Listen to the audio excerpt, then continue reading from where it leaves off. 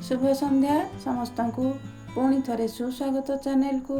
आज गोटे हृदयस्पर्शी पोएम होची गोड़ पाउ नथिबा बाट।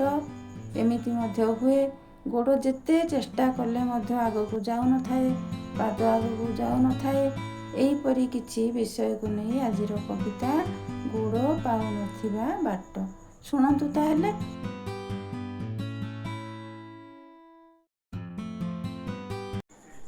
मु जानिथिली तुम साथे केबे ना केबे कोउठी ना कोउठी निश्चय देखा हबो।